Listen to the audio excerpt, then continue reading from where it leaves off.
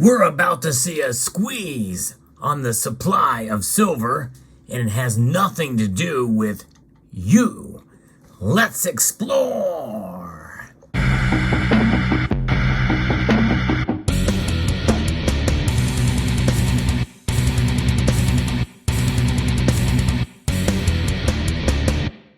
You heard right. There is going to be another silver squeeze. We're at the precipice of it now. That is about to begin, and this is something that really has nothing to do with the stacking community. However, we do play a role, at least we have in the past, and most certainly we can exacerbate it if we continue to buy silver at the rate we're doing now or increase. But nonetheless, it all has to do with industrial demand. And that's really what affects and drives the price of silver outside of the dollar index over time, is the supply and demand fundamentals in regards to industrial demand. And that's something that frustrates many of us from time to time, especially in weakened economic states. And we are in a sort of a weakened economic state right now. We're not in a recession yet, but most people feel like we are headed there, and we will probably see one come maybe before the year ends. If that happens, what about this industrial demand for silver?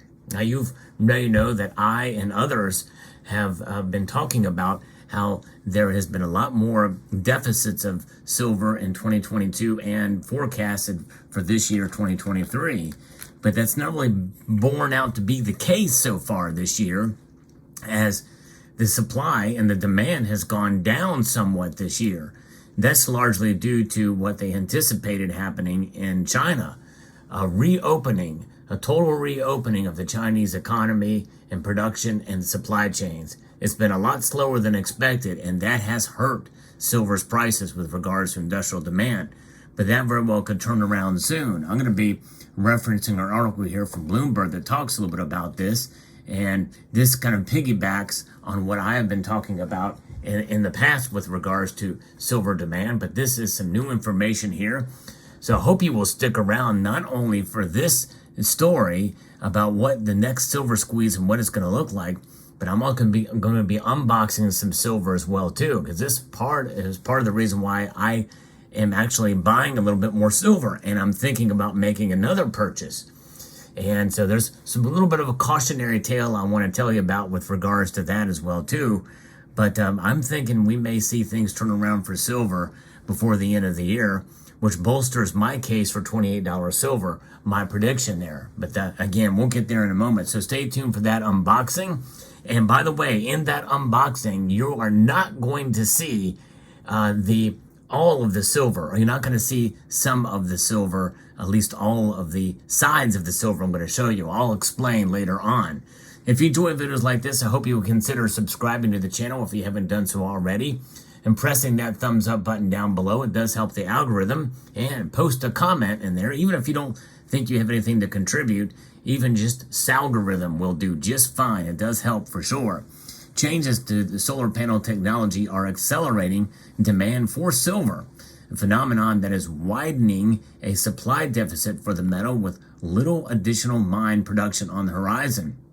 Silver in paste form provides a conductive layer on the front and the back of silicon solar cells.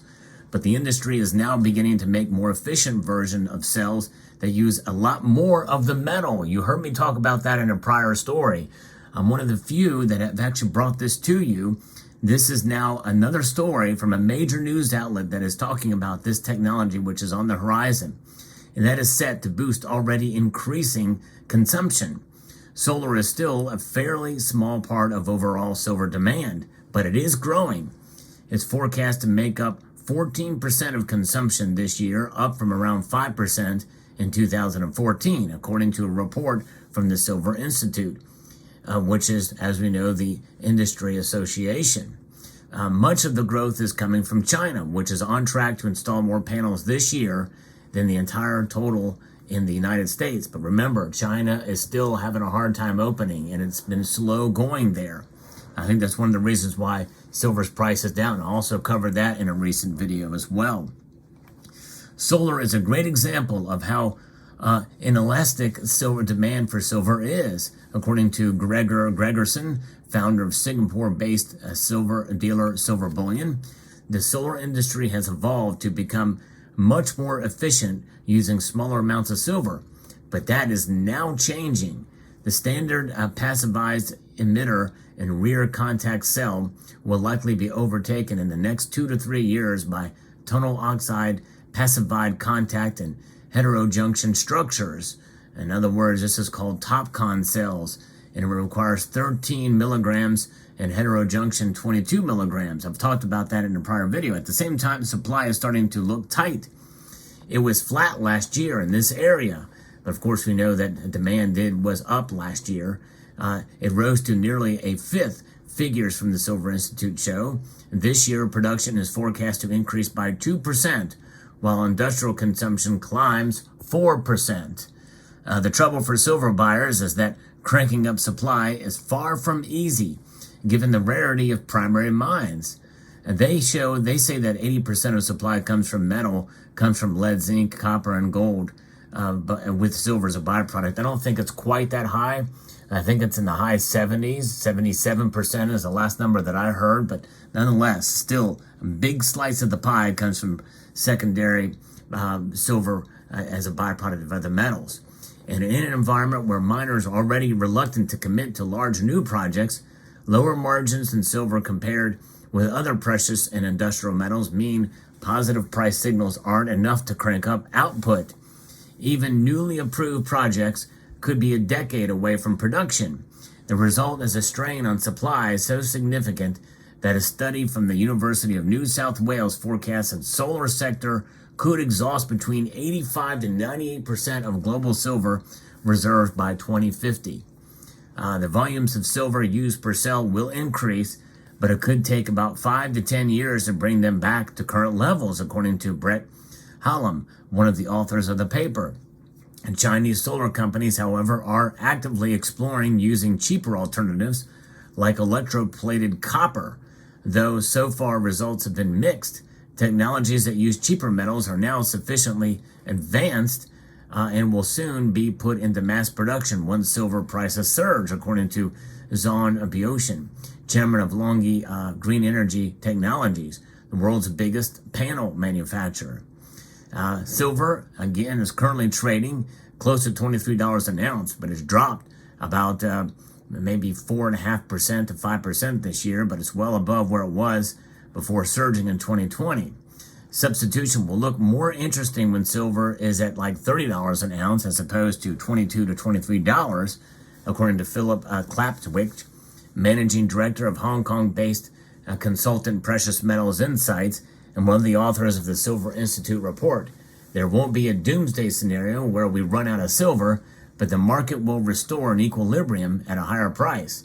And the thing is these copper panels from China that are coming down the pike, watch out for those. I think they're going to be fairly disappointed. Mixed results does not sound like a good option there. Like it's going to be very good. Nothing can compare with silver in terms of electrical conductivity.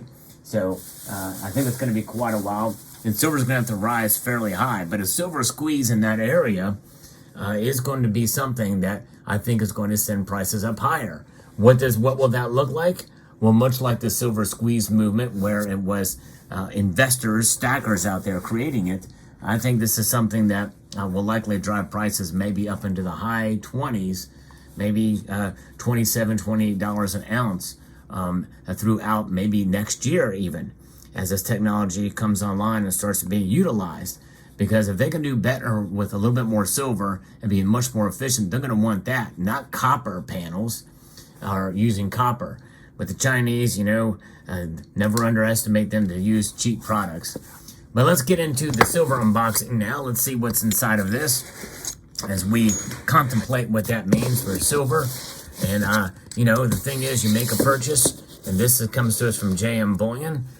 They had something that I wanted, and so in order to meet the requirements for shipping, for free shipping, I decided to go ahead and get, $200 worth of silver here, and that's what this equates to here. We're going to unbox this and see what's inside here. But I wanted to get something very special that I'm going to do another video on. I could be kind of excited to see, so I got to be very careful of what I show here, because I don't want to show you all of this silver. I do not want to show you all of this silver. All sides of this silver. There we go. Okay, I can already tell here that there's one of the objects here is seen. I got to be very careful with this.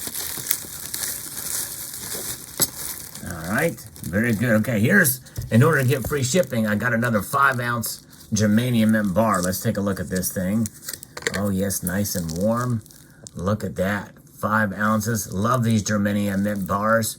They're beautiful, well done, well crafted. Not too bad of a deal on that from JM Bullion. There's that. But what I really wanted were 2 actual coins. I'm going to show you just one of these very carefully. Outside of the flip. Flip to be square. That's what they say. If you're still watching this video, I want you to put flip to be square. This is a flip, and it is square. So type in the comments, flip to be square. This is the coin that I got. Look at that. From Samoa. Oh yeah, we're rocking the Samoa.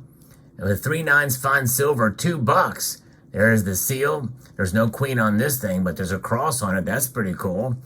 Oh, I'm so tempted to flip it over, but I ain't going to do it. I am not going to do it. I refuse to flip it over. Ah, look at that, but look at the edge. It's got a slight reeded edge there. Not too deep of reeds, but they are there. The reeds, all right. So there it is. So stay tuned for video on these coins. It's going to be a separate thing. It's going to be a doozy. So stay tuned for that. But there it is. Silver squeeze. So I'm buying a little bit. I'm putting a little bit more. I might make another order too. But here's the thing. Here's the cautionary tale. Disclaimer. Warning, warning, warning. Just because I'm buying silver, because I think it might go up, does not mean that you should. No, no, no, no. Do not just do what I do for the sake of doing it because of what you think. Because I could very well be wrong on this. And silver could go into the crapper, into the tank. You know, there's always that possibility. We've been burned so many times with thinking silver's going to go high and something else comes along and it gets knocked down. Whether or not you believe in suppression or what have you matters not. The price goes down and then people are mad at me because I'm buying silver and you think that I'm saying that you should. Do I think silver's undervalued now? Yes, I do, which is one of the reasons why I made this purchase. But that does not necessarily mean that it is. And that does not necessarily mean that the price will rise. So just keep that in the back of your head and also in the front of your head as well, too. Don't forget the front of your head. So there you have it. I'd like to extend a multitude of gratitude to each and every one of you for taking the time to watch. Hope you found this video useful, insightful, and only slightly entertaining. And I want to encourage you to please rate this video. That means a little thumbs up down there. Share it, comment, and subscribe.